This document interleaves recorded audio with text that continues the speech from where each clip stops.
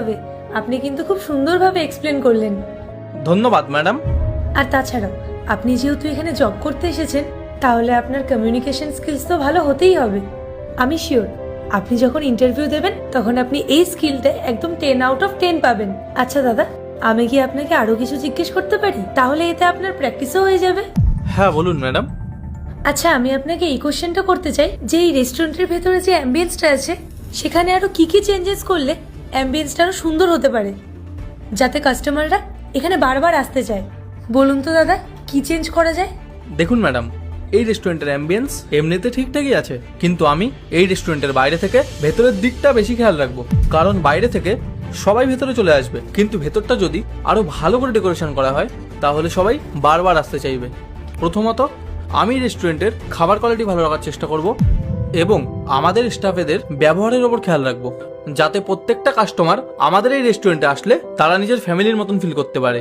Madam, আমি এরকম অনেক রেস্টুরেন্ট দেখেছি যেখানে বাইরের ডেকোরেশন খুবই ভালো কিন্তু খাবারের কোয়ালিটি খুব একটা ভালো না, আর তারা হাইজিন মেনটেন করে না।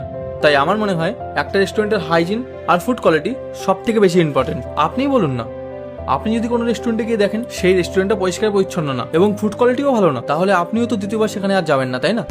বাহ, খুব ভালো। আপনি সত্যিই খুব ভালো একজন মানুষ, আর খুব ভালো করে আমাকে বোঝালেন। আমি শিওর যে আপনি এই রেস্টুরেন্টের জন্য একদম পারফেক্ট ক্যান্ডিডেট। তাই আমি এখন আপনাকে এটা বলতে চাই যে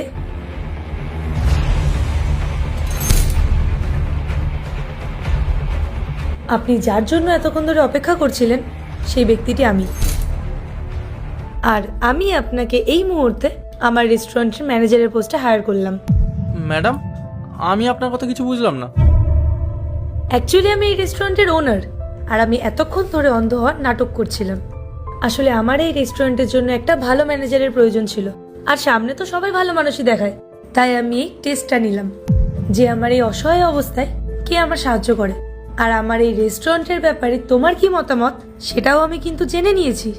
আমি তোমার সব রকমই টেস্ট নিয়েছি, আর তুমি প্রত্যেকটা টেস্টেই পাশ করে গেছো। So congratulations.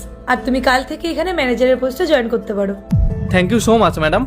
আমি তো ভাবতেই পারছি না যে আমার ইন্টারভিউ এভাবে হবে। দেখো, জীবনে চলার পথে যাই হয়ে যাক না কেন, সবসময় সৎ থাকা উচিত। তুমি ইন ফিউচার যদি আরো ভালো কোনো জায়গায় অফার পাও, সেখানেও কিন্তু তোমাকে সৎ থেকেই কাজ করতে হবে। দেখবে, তাহলে তুমি তোমার লাইফে অনেকটা এগিয়ে যেতে পারবে। আচ্ছা, আমি তাহলে এখন আসি। আর আজকের পর থেকে এই রেস্টুরেন্টের দায়িত্ব কিন্তু সম্পূর্ণ তোমার। আশা করি তুমি ভালোভাবে রেস্টুরেন্টে দেখাশোনা করবে। Thank you so much madam.